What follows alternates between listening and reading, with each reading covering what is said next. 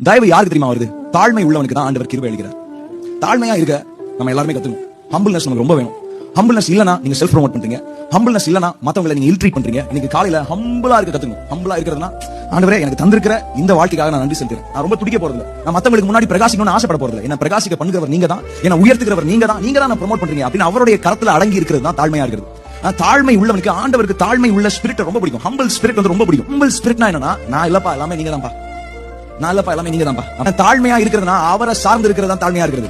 ஆண்டவர் சொல்றாரு, யார் யாரெல்லாம் அந்த காலவேளையில தாழ்மையா இருக்கிறீங்களோ உங்களுக்கு தயவு பெருகும், உங்களுக்கு தயவு பெருகும், தயவு பெருகும். இவ்வளவு நாளா இன்டர்வியூல எல்லாருமே செலக்ட் ஆகுறாங்க, நான் செலக்ட் ஆக மாட்டேங்கிறேன். என் கம்பெனில எல்லாருமே ப்ரமோஷன் வருது, எனக்கு வர மாட்டேங்குது. மத்தவங்க எல்லாம் நல்லா பேசுறாங்க, மத்தவங்க எல்லாத்தையும் ஆசீர்வாதத்தை சுதரிக்கிறாங்க, எனக்கு மட்டும் நடக்க மாட்டேங்குது நினைச்சீங்கன்னா, இனிமேல் ஃபேவர்ல நீங்க வளர்றப்போ உங்களுக்கு மாத்திரம் தான், உங்க காட்டுல மாத்திரம் தான் மழை பெய்ய போகுது. எத்தனை பேர் விசுவாசிக்கிறீங்க? சமர்ப்பித்தே இந்நாளை உம் பாதத்தில் அர்ப்பணித்தே என்னை